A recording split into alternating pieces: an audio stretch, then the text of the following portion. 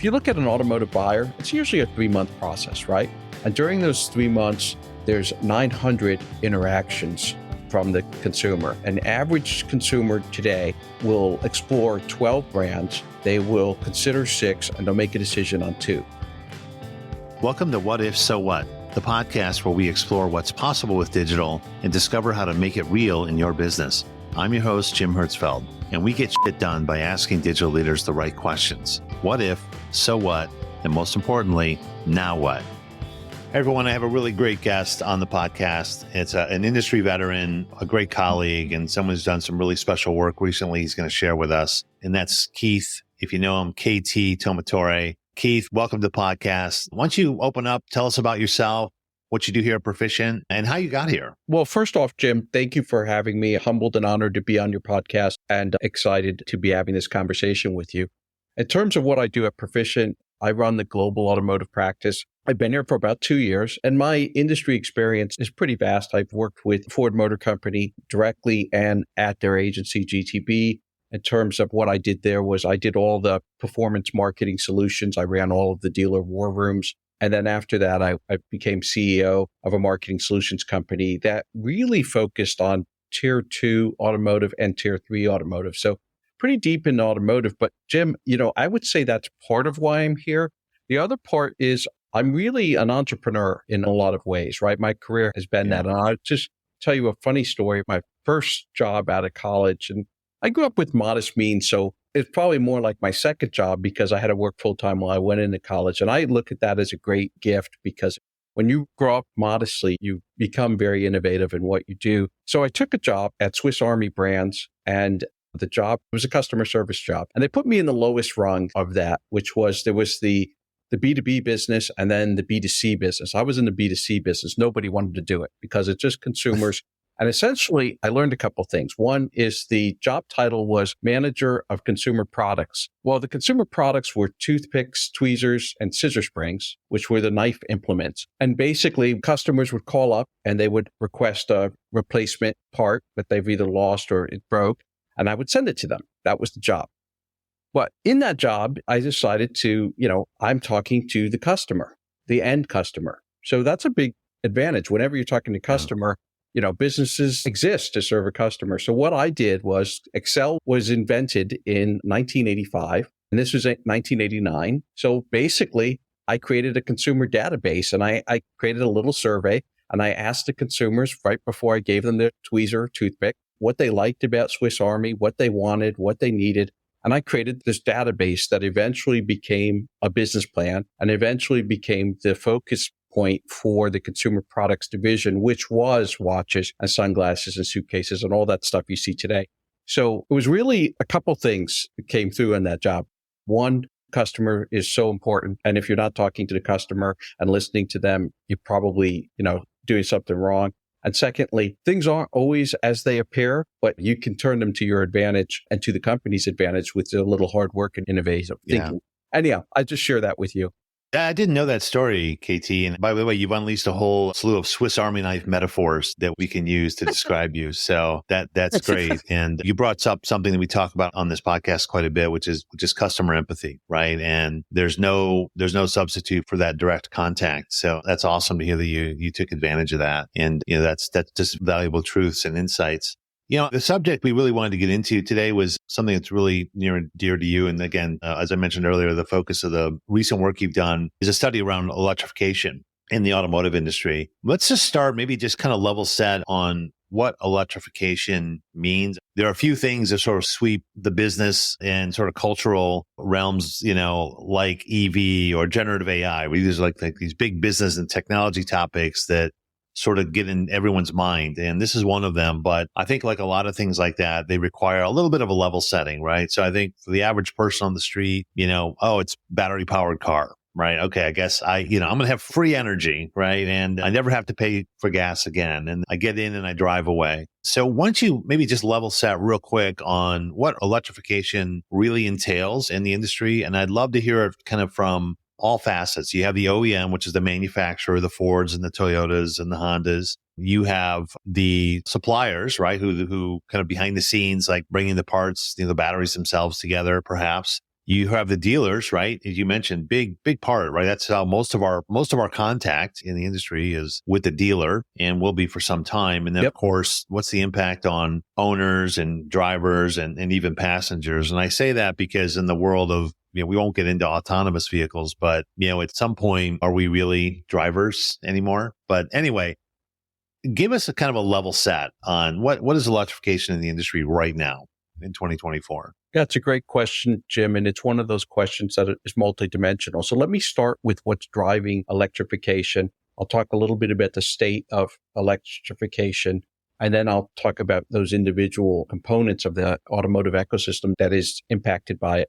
First off, what's driving electrification is really sustainability and innovation, right? Those two things. And one of that is the legislative requirements. So governments, certainly the United States has put out all kinds of emission requirements. There's 17 states right now that follow the very strict California emission requirements. So that's driving a lot of the OEMs transformation, if you will, to EV. The other thing that's driving it is the manufacturing process, right? So like when you look at, and I call it disruption in manufacturing, when there's an internal combustion engine, ICE vehicles that are produced, they're produced in a manufacturing process that's sequential. And EVs are very different than that. They are not produced sequential. Because of the electrification and the software components, they are built more in a component-based system. So it's very, very different. And that is happening right now. The other thing, Jim, is the competition, right? It's a free market. There's EV-only manufacturers. There's 65 of them, actually, that operate in the United States today. Some of them are very small. Some of them started as cell phone battery makers, but nonetheless, they're now producing vehicles and they're producing them to market. And so the heritage OEMs, the Fords, the GMs, and all those, they had to pivot to be part of that. And then the last piece of it, Jim, that's so important is connected vehicles are really changing from a luxury to a necessity. And in order to have connected vehicles, it is much, much easier in a vehicle with an EV battery engine than an ICE engine. So those are that's kind of the components as to why suddenly EVs are so important. In terms of the overall industry, even when we started this research a year ago, there was a lot of demand. There wasn't a lot of supply. You could wait a year or even more to get your EV. Today, it's very different, right? The price of an EV in 2022 was $65,000. That's the average price of a new EV. Today, that's $51,000. So the demand has slowed down. We have about 7.5% penetration on EVs today in the United States. I know Europe's much, much higher, but in the United States, it's only at 7.5%. I think we've gotten past all the new adopters, the early adopters with the technology. And so we're entering into a little bit of a different phase where now OEMs are starting to discount EV products. And so it's just a little bit different in that regard. And that's sort of a natural life cycle for a lot of products, right? So you have your early adopters. Do people wait in line for EV launches like they do an iPhone? Not today, but when they first came out, Jim, it was an amazing thing because, they just were new and people, and if you ever driven an EV, they start up very fast. They take off from the start. The stop to start is amazing on those things. And so people wanted to know what it was like. So initially that was the case, but we've been at 7.5% for a bit. And just to give you some perspective, hybrid vehicles are also at 7.5%. And so it's very interesting what's happening. Yeah. So then you asked me, how does that impact OEMs and the components within the auto system? Well, with OEMs, they have a goal, right? And it's a good goal. And it's kind of how we started our conversation. It's getting a closer relationship with their consumers because heritage OEMs have traditionally said, okay, we'll manufacture the vehicles and dealers, you sell the vehicles and you deal with the consumers. And what was happening was the OEMs were getting further and further away from their consumer, which is a big problem. And so they wanted to use the EV as a way to kind of reset that and say, okay, this is a chance for us to set the price because we know that consumers do not like haggling with dealers. So we can set the price.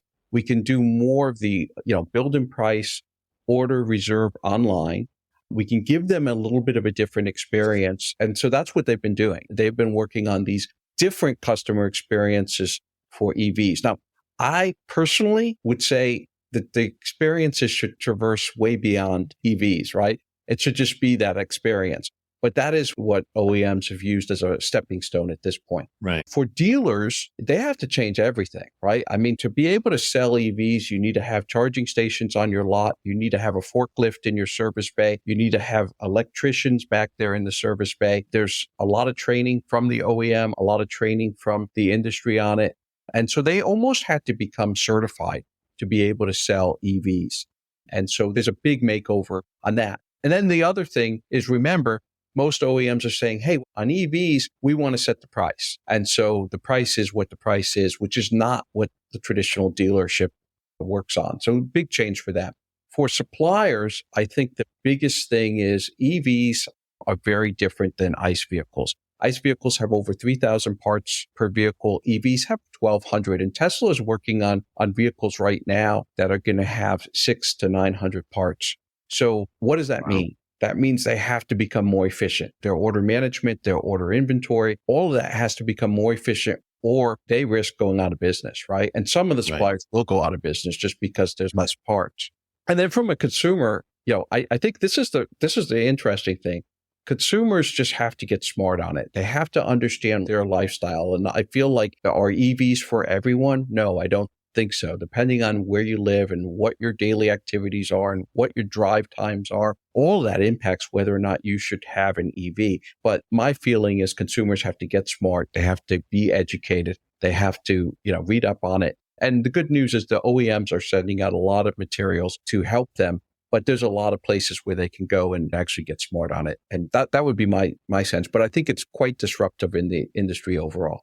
It's interesting. You mentioned that, we're kind of early, right? And we kind of talked about this research that you've done for a while. Like anything, you kind of have to wait till, when's the right time to sort of dig in and get the reasons behind what's happening and get a little smarter.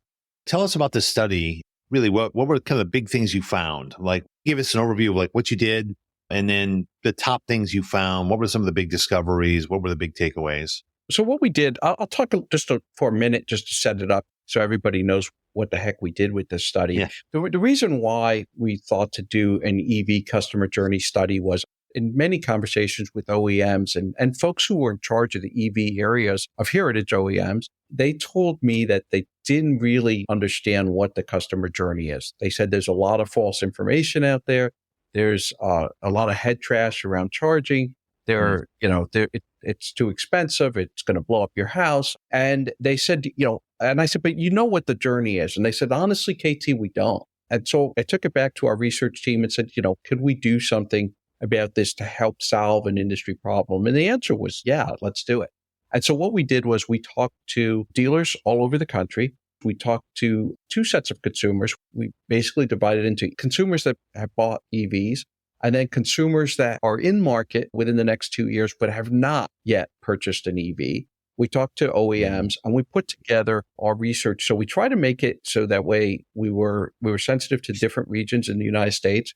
It was only focused on the United States, and it was really focused at, what is that customer journey and how we can impact it. So that's what we set out to do, and that's what we did do. Now, what the backdrop changed a little bit, Jim, in that when we started this journey, EVs were, hey, if you want to buy an EV, that's great. It's a 6-month, year-long wait, and you sign up and you get them. And then when we concluded the journey, it was sort of, we had a stockpile of EVs and their prices were being reduced a little bit. So that was just the backdrop of what was happening with supply and world demand. changes. Yeah. World changes. Yeah. Yeah. So give us maybe the 3 biggest takeaways from your mind, and maybe what surprised you the most? Okay. So the 3 biggest takeaways are easy. One of them is the differences in geography was startling, Jim. I mean, I talked to a dealer in San Francisco, and EVs are 45% of his business, and he's expecting that to go up. And they were just so much a part of the culture there that it was just, people were even, I talked to a couple consumers, and they were like, well, I drive to work, using the hands-free in my Tesla, and I don't really even drive. I just program in my office and I'm going back and forth. So that was interesting. Then talked to a dealer in the Midwest, and it's 0% of their business. And in fact, they spend no time thinking about it. So the geographic differences I had always known that they would be there, but they are even Yeah. more severe than I had thought. And how much do you think that is sort of demographic versus just the physics of, like in the Bay Area? First of all, the demographic in the Bay Area, a little more eco-conscious, certainly more tech oriented, but geographically concentrated in the Midwest, you're spread out. But is that, like, what do you attribute those differences to? I think a couple of things, Jim. I think one thing is that the EV batteries today do not perform well in cold weather states. So you have less range there. So that's Okay, going to be climate. one Yeah. factor. The other factor is there's a political aspect to it, right? I mean, Yeah. there's no doubt that came up during the study a lot. Yeah. And so in some areas, they were completely bought into this, new Green Deal. And in other areas, no way. The other thing that resonated really with me, and it happened in a couple areas, like I was in Europe and they were completely embracing sustainability. I thought it was probably priority number one. And when I would talk to the OEM executives here in the United States, they felt a little differently. There was a little bit of a resentment that this top-down government push was causing them to make shifts in their business that may not Sure. be the best for their ROI and stuff. So there was a lot of things like that that resonated throughout. And then the dealers, of course, had their own thoughts. There were certain dealers, if you were in a California emission state and you got more supply of EVs when the demands were light, you had a better outlook. If you didn't, if you were in a state that didn't have those emission requirements, EVs weren't really a factor. During the study, some dealers said to me, I'm not going to sell EVs. I might at some point, but right now I just can't have the distraction because there's not enough of them to impact sales, and I'm doing what my consumers want, which they don't want. So I do couldn't think get the inventory, right? Yep, absolutely. And I do think it just depends on where you are. If you're a rural dealer, EVs might not make as much sense as if you're living in a city like, San Francisco or Sacramento, where, EVs make more sense.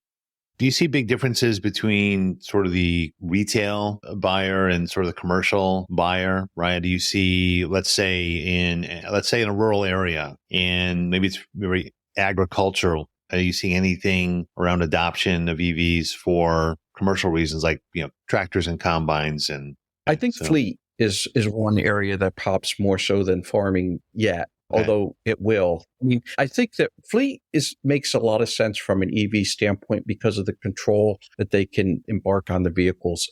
They can control everything through software updates and manage routes and manage all that. So I think that's really an important aspect of it, and just costs too. So I think that that's one area that we're seeing a lot. Agriculture is a little different in that sense that they're looking for different fuel types. I mean, they want to save money and be more productive. And of course, the environment's important to them because that's what they do. But I don't think they're sold completely on EVs yet that we're seeing. One of the things that's very different is the way an EV shopper shops. So if you look at the shopping experience today of an automotive shopper, well, there's a couple things. First off, this is the first time in history that the majority of automotive shoppers are millennials. So that's a very big difference. Oh, interesting. And the second thing with that, Jim, is if you look at an automotive buyer, it's usually a 3-month process, right? And during those 3 months, there's 900 interactions from the consumer, and 71% of these interactions are on the mobile. And so when you think about that, I mean, an average consumer today will explore 12 brands. They will consider 6, and they'll make a decision on 2. And so when you think about that and the EVs, I mean, you can buy a Tesla with 10 clicks and have it delivered to the showroom or in certain states to your home. And that is what younger consumers want, right? So what we found was there's 2 things. Younger consumers don't really have an aversion to dealers. They just don't use them. So they don't have any problem with them. They just really don't use them because they want to do more online, right? They want to do it all themselves online. And then we look at the dealer experience, which is another part that might be ripe for AI, for better experiences. Like, people do not want to spend 4 or 5 hours today sitting in a dealership doing paperwork or just being upsell. That's something that's unattractive to them. Now, spending time at a dealership that's a showroom, so like EV buyers were very pleased with their showroom experience because they got to understand more about the vehicle, No one was selling them anything. It was all about the product. It Mm. was learning. It was informational, and it was good. So those are some of the takeaways that we had. So what can we learn from this? I mean, how can we make, in terms of making it actionable? What are you telling OEMs and suppliers and dealers? How can they capitalize on this research? Because I think we all agree this is going to grow, right? We're at 7%, so it's not going away. Nope. It's going to continue to grow. It's going to mature. So, given that high likelihood, what can these stakeholders do about it? Well, I mean, I think the first thing, Jim, is exactly what you said. Embrace it, right? It's not going away. Sustainability is going to be a thing. And that's going to be more than just the vehicles. They're going to be the products like tires and other components of the vehicle are also going to be sustainable. So it's not going away. So what I think they could do is do two things from an OEM standpoint. And so as we're meeting with OEMs all over the globe, really, telling them that the customer experience has to be better, right? Like we have great tools today. We're doing things like virtual showrooms, virtual test drives, creating that experience for the consumer so they can do, what I just said, 900 interactions in a 3-month span. They want to do that on their own and online and creating those experiences, right? On their own terms, in convenience. Everybody's super busy and that's how they want to shop. And Perficient can certainly help them with this, but leveraging the emerging technologies, being able to give them great customer experiences. I think that's one thing that every OEM should be doing right now. And if they're not, they're going to start falling behind because the Teslas and the Polestars and those EV only manufacturers are getting that, right? I mean, they're making sure that they're going direct to consumer and most consumers want more of that. Now, from a dealer perspective, I don't think dealers are going away anytime soon. And I think they could be tremendously important to OEMs. I just think they have to change and they have to also give a good experience, right? And the experience has to be less about selling. We talk about in the consulting world, like it's not about us. It's not about Perficient. It's about what our clients want and need. And we adapt to what those needs are. And I think that's what dealers have to do. I think they have to create a great experience. So when you go to a dealership, it's comfortable. And a lot of dealers, to their credit, are starting to change over this. There's rooms for children to play in. There's workstations so you can work. There's software updates now happening so you don't have to come in at every time. They pick up and they drop off your vehicles. They give you an experience so that way when you're talking to somebody who's an expert about that particular vehicle and you're learning more about the vehicle you're going to drive yourself or put your family's lives in and drive them. So that's where the dealerships have a great opportunity. I think what I would advise my supplier clients to do, I mean, and a lot of this is going to be about supply chain. A lot of it's going to be about inventory management, order management, really becoming more efficient, to really take a step back and look at their entire process and then think about ways to become much, much more efficient. It's because it's not going to stop at EVs. It's going, we got connected, we got subscriptions, we've got direct to consumers happening, B2B, all that's happening online and stuff. And I just think they have to get out of these legacy systems that just don't work today. So big opportunity for them to do that. And the most fit companies will survive. And then from a consumer standpoint, I think, it's about choice. To me, it's about choice, right? So if you want a hybrid, you should be buying a hybrid. If you want an EV, there's some great products out there for that. There's plug-in hybrid EVs, they're about 1.5% of the industry today, but that's happening. The OEMs are looking at things like fuel cell and hydrogen and all sorts of other alternatives. So these things are going to continue to evolve. They're working on batteries now that are half the weight and double the range. We'll see what happens with them, but they could be game changers too. Yeah, that's awesome. I mean, when I think about these, when you mentioned 65 EV OEMs, and I could think about the automotive industry 100 years ago, how many brands there were. It's, if you did the homework and you looked at Packard and Willys and, all these brands that no one's, Oldsmobile, right? There's been all that consolidation, even within a company like GM, but it's great competition, right? It generates innovation. And I think you're right. The ones that respond to how the customers and drivers and owners and passengers want to shop will win. So they have to sort of be the Swiss Army knife, of their category. I just had to pull that back in, KT. I love that you did that. And the thing I love the most is you're exactly right. Like, do I think all these companies are going to be here in 10 years? Probably not. But I do think they serve a valuable purpose of pushing the industry forward. So, one of my Exactly. favorite things to do is to go to Henry Ford Museum and go to their car exhibit, and you see all those, many of those nameplates that you're talking Yep. about. They're not there anymore, but each of those nameplates has played a huge role in pushing the industry forward. And that's what's happening now, because when I talk to heritage OEMs, they're all about, we need to get more efficient. We need to get more nimble. We need to transform between hardware and software. I mean, they may be pushed a little bit out of their comfort zones, but I think that's when really true greatness happens, when people are pushed out of their comfort zones. Totally agree. Got to be comfortable being uncomfortable. Well, KT, thanks for being on, and thanks for doing this research and pushing the envelope. And we'll share in the show notes and beyond where they can get their hands on it and how they can get a hold of you. And thanks again for being here, and have a great day. Thank you for having me, Jim. It was a pleasure, and look forward to talking more about this. You've been listening to What If, So What, a digital strategy podcast from Perficient with Jim Hertzfeld. We want to thank our Perficient colleagues J.D. Norman and Rick Bauer for our music. Subscribe to the podcast and don't miss a single episode. You can find this season along with show notes at Perficient.com.